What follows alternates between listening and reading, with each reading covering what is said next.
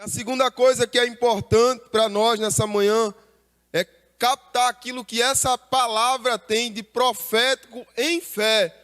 Mas eu não poderia dispensar o grande contexto que enreda aqui 1 Coríntios.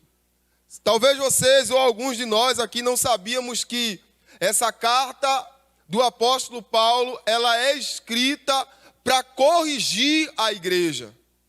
Apesar de ser uma carta que traz uma conotação de fé extraordinária, essa carta ela é escrita cerca de 5 a 7 anos depois que o apóstolo Paulo, ele ali evangeliza a cidade de Corinto e ele vai direto para Éfeso. E depois de 1 ano e meio, quase 2 anos, que ele passa evangelizando a cidade de Corinto, ele vai embora e ele deixa uma igreja extraordinária. Ele deixa uma igreja avivada, ele deixa uma igreja cheia de fé. O trabalho em todos os lugares onde o apóstolo Paulo passava era algo fenomenal. Só que aí o que acontece? Passado alguns anos, com a ausência do apóstolo Paulo, algumas coisas aconteceram em Coríntios que fez com que ele escrevesse essa carta como um pai que está chorando para salvar a vida dos seus filhos. Para que você possa imaginar, a cidade de Corinto era uma cidade imponente, como se fosse Nova York nos dias de hoje. Uma cidade riquíssima, portuária. E ali o apóstolo Paulo ele tem o cuidado de entender que havia a idolatria dos romanos naquela cidade e havia o conhecimento dos gregos. Era uma cidade altamente intelectual para a sua época. Dentro de todo aquele conhecimento, daquela grandeza financeira que havia na igreja de Corinto, também havia um templo tão grande, talvez, como esse, de adoração à deusa Afrodite e a Diana. Alguns estudiosos acreditam que cerca de 10 mil mulheres se prostituíam em adoração cultual naquela cidade. E isso impactou a igreja de Corinto, que era uma igreja avivada, uma igreja cheia de fé, uma igreja cheia de vida, mas agora que estava perdendo um pouco da sua visão. Abrindo uma aspas aqui, eu não sei se você percebe, mas em todas as cartas do apóstolo Paulo, com exceção de 1ª e 2ª Tessalonicenses, ele coloca um pouquinho de algo como quem diz assim: não foi homens quem me chamou, nem foi homens que me invalidaram, mas a obra que eu faço porque o Senhor Jesus me chamou. E eu sou apóstolo através dele. Por que o apóstolo Paulo falava sobre isso, irmãos? Porque depois daquele encontro de Saulo no caminho de Damasco, ele passa 14 anos no anonimato. 14 anos, ninguém ouvia mais falar do apóstolo Paulo, nem em Jerusalém, nem em lugar nenhum. Paulo é anulado totalmente pelos próprios apóstolos de Jesus Cristo. Irmão, diga-se de passagem, as pessoas diziam que Pedro tinha um temperamento forte, né? E aí ser discípulo de Pedro, você já imaginou, irmão? Eu fui discipulado por alguém que está na glória, então eu posso citar, né? Se fosse em vida, não podia. O pastor Amadeu conheceu e socorreu ele, que era o pastor Moacir dos Santos. Irmão, você viu que o pastor Moacir não era fácil, não. Ele era nordestino, paraibano, brabo, né? Já um senhor de idade. O pastor Moacir conheceu, o pastor Amadeu conheceu ele muito bem. E todas as vezes que eu penso em Pedro, eu penso no pastor Moacir. Amoroso, doce, mas bruto, grosso. E diz a palavra, 14 anos, irmão. Aquele que era doutor, aquele que era teólogo, aquele que era poliglota, um homem, irmão, que tinha dupla nacionalidade, agora ele está no anonimato. Ele é alguém que parece que o mundo esqueceu dele. E ele passa 14 anos e ninguém ouve mais falar de Paulo. Desde o capítulo 8 de Atos dos Apóstolos até o capítulo 13. Quando, aí vem o quê, né? Aquela colocação que eu estou dizendo a você que Paulo faz. E explicitamente ele vai falar claramente sobre isso em Gálatas capítulo 1, versículo 1. Ele diz: eu, apóstolo, chamado não por homens, mas pela vontade do Espírito Santo, fui enviado. Sabe por que ele fala sobre isso, irmão? Porque agora eu quero que você mergulhe comigo na mensagem, como eu vou ter que compactar o tempo aqui. Mas a primeira coisa que eu quero que você guarde no seu coração nessa manhã: o mundo espiritual se revela no secreto. Diga a pessoa que está perto de você: o reino espiritual, ele se revela no secreto. Como eu sou pregador itinerante, eu posso falar que eu não vou ficar, eu vou voltar para Pernambuco. Irmão, tem gente que é mimada demais dentro da igreja. Tem gente que quer evidência demais. Tem gente que quer ser visto. Tem gente que quer ser colocado. Tem gente que quer status. Tem gente que quer púlpito. Tem gente que quer ministério. Mas o reino espiritual, ele se revela no secreto. É quando você afunda que Deus levanta. É quando você some que ele aparece. Porque a glória é dele. O domínio é dele. A majestade é dele. 14 anos no secreto, irmão. Era o tempo que Deus precisava para tirar o verniz de Paulo e revelar a glória dele. Então, irmão, se você está no anonimato, vai se preparando. Deus está dando a você. Deus está te capacitando para que quando Deus tirar você do anonimato, não tem homem na terra, nem tem potestade, nem tem principado que possa destruir o que Deus tem sobre a tua vida. Fica no anonimato em paz. No anonimato ora. No anonimato jejua. No anonimato te consagra. Não maldiz os teus líderes. Bendiz os teus líderes. Que o tempo do anonimato é preparação de Deus. Paulo está 14 anos no anonimato, irmão, para que ele pudesse escrever, depois dos quase 16 anos. Nem olhos viram, nem ouvidos ouviram, nem penetrou no coração do homem. Aonde foi que ele viu isso, pastor? Ele viu isso no anonimato, irmão, no deserto da Arábia, aos pés de Pedro, sendo escanteado e de joelho dizendo: Senhor, fala comigo como o Senhor falou com eles. Revela a mim, porque com eles o Senhor andou, comigo o Senhor só brilhou e cegou os meus olhos. Deus está preparando você para coisas maiores. Te alegra no anonimato. O mundo espiritual se revela no secreto, no culto, a instrução, irmão. 2 Timóteo capítulo 4, verso 2, diz que a palavra, ela deve servir para redarguir, para ensinar. 2 Timóteo capítulo 4, verso 2, eu vou precisar que a multimídia me ajude bastante agora pela manhã. Prega a palavra, insista, quer seja oportuno, quer não. Corrige, repreende, exorta com toda longanimidade e doutrina. Então aqui no culto, irmão, a gente é instruído pelos nossos pastores, pelos profetas. Na escola dominical, a capacitação.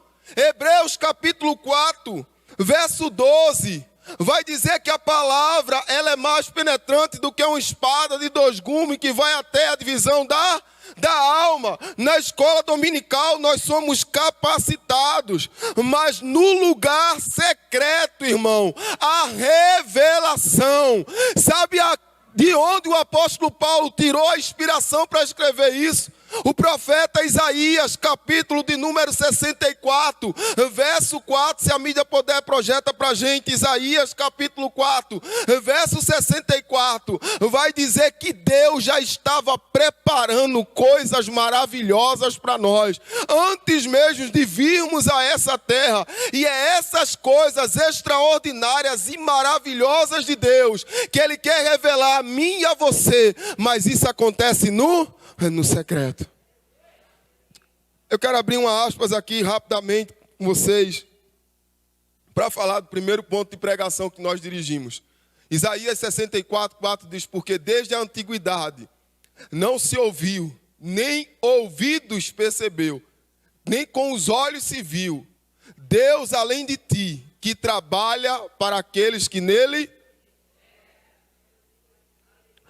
Primeiro ponto de pregação que nós dirigimos era num bairro chamado Afogados, na área metropolitana de Recife.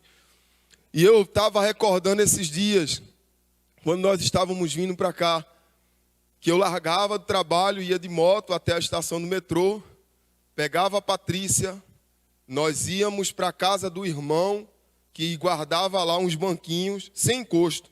Eram 25 banquinhos, um púlpito de madeira, bem simples, um caixa que chiava que só a justiça, irmão. E eu sou gritão, né? Então aí que o caixa chiava mesmo. E a gente armava aqueles banquinhos e aquele culto embaixo de uma marquise. O aluguel lá era muito caro, no centro de Recife, numa área comercial. Então, mais ou menos um espaço de 2 por 5 era 6 mil reais. Isso aí, há 9 anos atrás. Então, nós fazíamos o culto ali, embaixo da marquise. E quando eu estava preparando essa mensagem, Deus me trouxe esse insight para dizer a você que é chamada de Deus, que é chamado de Deus, para as coisas que os olhos não viram, coisas que os ouvidos não ouviram. Começa a fazer, irmão. Eu quero ser boca de Deus para pessoas aqui. Começa a fazer. Pede a bênção do teu pastor e começa a fazer. Às vezes você fica dizendo, meu Deus, eu precisava, eu queria, eu podia, se eu pudesse. Meu irmão, começa a fazer. Vai, coloca a mão no arado. Pede a bênção, mas começa a fazer. Da outra vez eu estive em Angra com o pastor Wesley. Cada cidade que passava, o pastor Wesley dizia assim, aqui não tem igreja do Nazareno. Aqui não tem igreja do Nazareno. E dentro do meu coração, ele do meu lado, Wesley é prova disso, a gente profetizando. Deus, levanta pessoas para plantar aqui. Levanta pessoas para plantar aqui. Levanta pessoas para plantar aqui. Deus está dizendo a você, começa a fazer. Coloca a mão no arado. Pega esses sonhos que Deus tem dado a você e coloca em prática. Cheguei para meu superintendente, pastor, vamos abrir, uma bênção, vai ser uma bênção, nós sempre desejávamos plantar. E eu esperando, parece a tua força, Paulo, amém? Lá. Essa missão era, não uma missão, quase que uma célula, era filha de uma igreja, também numa comunidade. E chegou em determinado momento, eu estava voltando com o pastor do lá, e nós paramos perto da casa dele. Ele disse, ô neguinho, tu sabe que tu vai embora, né? Eu disse, sei. E ele disse, por que tu está dando um gás? Eu digo, porque é para Deus. Você está entendendo isso? Diga amém. Se você sabe que você vai embora, eu digo, sei. E ele disse, por que você está fazendo com firmeza? Eu disse, porque é para... Por que você afrouxou a mão do ministério que Deus te deu, irmão? Porque a classe você não está vindo mais. Porque você não está indo mais para a célula. Porque você não está ajudando mais no ministério de mulheres. Porque você não vem mais para a escola dominical. Porque você não se esforça mais para ajudar o teu pastor auxiliar, que auxilia o pastor Amadeu. Eu quero entender que Deus está falando com a gente nessa manhã. Dê um glória a Deus, dê um aleluia. Isso era o que o apóstolo Paulo estava propondo para a igreja de Coríntios. Ele estava corrigindo a rota deles. Porque a obra que eles tinham era grande demais. As coisas que os olhos não viram e ouvidos não ouviram, irmão, não era para a igreja que Coríntios era. Era para a igreja que Coríntios iria se tornar. Eu quero entender que essa igreja já é uma potência no reino espiritual, mas que isso não pode parar aqui. Essa igreja tem futuro, irmão. Tem muita coisa pela frente. Por isso que ele fala sobre isso. Uma das coisas que mais me constrange é entender que a minha geração muitas vezes não compreende o que é chamado. Eu não estou falando como alguém perfeito, eu sou muito falho, convivo pouco com vocês não conseguem apontar coisas em mim ainda.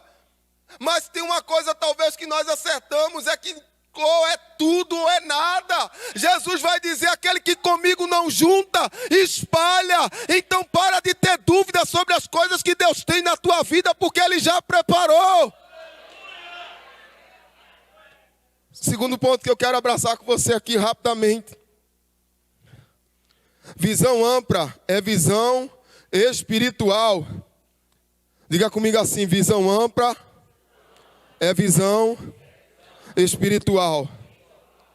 Agora no presente, Deus tem coisas extraordinárias para nós. Daniel capítulo 2, verso 22, vai dizer que Deus revelava a Daniel as coisas extraordinárias. Multimídia vai me ajudando. Daniel capítulo 2, versículo de número 22 vai dizer: ele revela o profundo e o escondido. Conhece o que está em trevas e com ele mora. Você fica perguntando o que eu vou fazer, para onde eu vou, como eu devo agir. Irmão, a receita já está aí. Passa a orar. Não é agora, no momento do culto, que as coisas maravilhosas acontecem, não. Agora no culto você recebe instrução, para quando você sair por essas portas, você colocar em prática, para que o sobrenatural aconteça. Aqui é só preparação. Porque Daniel se torna alguém tão grande, Daniel orava como nenhum outro da época dele orava. Eu fico pensando em Wesley, ele dizer: eu me coloco em chama para que as pessoas me vejam queimar. Isso não era teoria, irmão. Isso era uma prática diária do John Wesley. O nosso futuro profético está em Deus. João capítulo 15, verso 15, as palavras de Jesus, ele diz assim: eu já não lhes chamo mais de servos, mas de amigos. Você tem noção da intimidade que Jesus nos colocou, irmão? Eu gosto de um teólogo que diz: Deus é tão grande, mas tão humilde, que ele se permitiu ficar preso às paredes de um ventre, para poder nos chamar de amigos.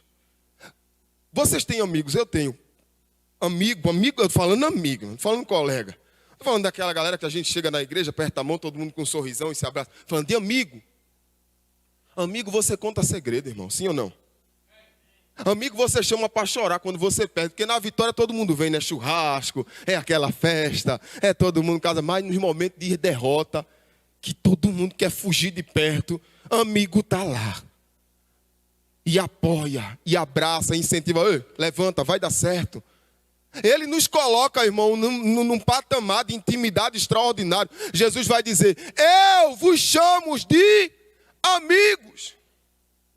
E sabe quando foi que esse amigo começou a revelar coisas extraordinárias para o apóstolo Paulo, que escreve a carta ao qual nós estamos conversando nessa manhã? Foi nos momentos de dores do apóstolo Paulo.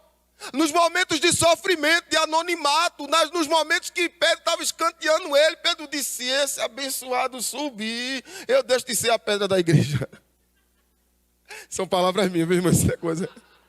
Abafa ele. É tratamento de Deus para você. Eu quero entender que Deus está falando com pessoas aqui nessa manhã. É tratamento de Deus para você. É tratamento de Deus para você. É tratamento de Deus para você. O nosso futuro profético, segundo também disse o apóstolo Paulo, Efésios capítulo 1, verso 9. Eu quero abrir uma aspas aqui rapidamente para a gente seguir. Eu lembro que vigílias, quando eu disse mais uma vez, eu não falo como alguém perfeito, eu estou tentando somar de alguma forma para nós nessa manhã. Eu estava recordando esses dias, me preparando, eu parei, estava em casa, a Patrícia chegou no quarto, está chorando, Luiz Paulo. Eu sou meio durão, sabe, irmão? Sou militar de primeira, a gente é fuzileiro, aquele negócio, homem não chora, nordestino, não sei o quê. E ela chegou no quarto, estava chorando, ela disse: está chorando por quê? Eu disse: Patrícia, tu tem noção da graça que Deus está dando para a gente de ir para o Rio de Janeiro novamente? Tá com esse povo. A gente fez uma rota contrária, a gente saiu da capital, não por falta de oportunidade nem espaço, mas porque Deus nos chamou para um lugar longínquo. Na época, uma seca terrível. Ninguém queria. A igreja estava 8 meses sem pastor. E agora, Deus nos leva de novo para o Rio de Janeiro. Ficar. O pastor Madeu é um ícone. Comer na mesa com ele. Eu disse: é graça demais, irmão. É bondade demais. É misericórdia demais. E aí eu lembrei de algo, irmão, do meu passado. Eu não era nem seminarista. E eu lembrava que quando chegava dia de sexta-feira em casa, a Patrícia já sabia, eu só tomava um banho, pegava a roupa e algumas coisas de comer, ia para a igreja. Não tinha culto. Nem era a vigília oficial da igreja. Ia para a igreja eu, um irmão chamado André, que me discipulou, o pastor Lucas, hoje da igreja do Nazaré na casa, lá em Recife, e o meu irmão Jefferson. Irmãos, aquelas vigílias, né, era no CD, a gente colocava CD no negócio do DVD, né? Quem é desse tempo aí? Eu tô novo, mas sou antigo. Eu estava no DVD, trazendo a arca. E ali, irmão, ali as coisas que os olhos não viram, nem ouvidos ouviram, era revelada. Deus está querendo mais tempo de intimidade com você. Eu não sei se você é desse tempo, desse linguajar. Eu lembro uma dessas vigílias que o irmão André levantou-se em espírito e ele disse: eis que o Senhor te levará no pássaro de ferro. Ai, irmão, isso passou alguns anos, mas se cumpriu porque se revela no secreto. Deus está dizendo a você, irmão, dedica mais tempo nas coisas que as pessoas não veem, para Deus te colocar em momentos que as pessoas irão te ver. Efésios capítulo 1, versículo 9 e 10. Vai falar que as coisas ocultas no reino espiritual são reveladas para as pessoas espirituais. E quem é de nós, irmão, que tem espiritualidade tão grande para receber coisas extraordinárias? Não, irmão, não é porque a gente é bom, não. É porque Deus é misericordioso. Mas quando nós o buscamos, irmão, Ele se revela. Eu estou indo para o finzinho da nossa reflexão e eu quero dizer a você: não despreze os profetas. Se você quer viver as coisas que os olhos não viram e que os ouvidos não ouviram, não despreze os profetas. Amós capítulo 3, versículo 7 vai dizer que o Senhor não fará coisa alguma. Diga assim comigo: o Senhor não fará coisa alguma sem que antes Ele o revele aos profetas. Certamente o Senhor Deus não fará coisa alguma sem primeiro revelar o seu segredo aos seus. Eu quero ir para o final da nossa reflexão, segundo o tempo que o pastor Amadeu me propôs, dizendo a você: quantas vezes Ele fez algo que você não entendeu, mas deu certo? Quantas vezes, irmão, Ele falou para você fazer algo que aos seus olhos não ia dar certo, mas deu certo. Nós precisamos de profetas, irmãos, sobre a nossa vida. Entre você e o propósito de Deus na sua vida, sempre haverá alguém. Não esqueça disso. Em cada etapa do seu desenvolvimento pessoal, ministerial, sempre Deus colocará alguém para unir propósitos e projetos. Eu quero ir para o final da nossa reflexão dizendo a você o seguinte: tudo que Deus preparou é para a glória dele. A palavra de Deus diz que Ele não dá a glória dele a ninguém. 1 Coríntios, capítulo de número 15, verso 10. Se você puder, leia comigo. Eu estou indo, finalizando nossa reflexão. Por favor, redobre sua atenção. Deus tem algo ainda para você nessa manhã. 1 Coríntios, capítulo 15, versículo 10, vai dizer assim: mas pela graça de Deus sou o que sou, e a sua graça para comigo não foi inútil. Antes trabalhei mais do que todos eles, todavia não eu, mas a graça de Deus que vive em... O apóstolo Paulo era um homem humilde, irmão. Mas ele está falando de grandeza. Ele está falando de coisas que os outros apóstolos não falariam sobre ele. Sabe por quê, irmão? Porque essas coisas quem falou para ele foi Jesus. Essas coisas quem revelou para ele foi o Espírito. Tem coisas na tua vida, tem coisas no teu ministério que as pessoas mais próximas de você jamais vão entender. Mas que você precisa confiar. Se foi Deus que falou com você, você vai precisar confiar nele. Entregue-se nas mãos do Senhor nesta manhã. Pastor, eu já me entreguei nas mãos do Senhor. Não. Entenda no imperativo que Deus está dizendo a você. Entregue-se nas mãos do Senhor. Queria que a mídia projetasse para a gente João capítulo 12, versículo 24 e 25. Vai dizer que se a semente ela não cair na terra e ela não morrer, ela não vai germinar. Aquele que perder a sua vida, Aquele que perder a sua vida.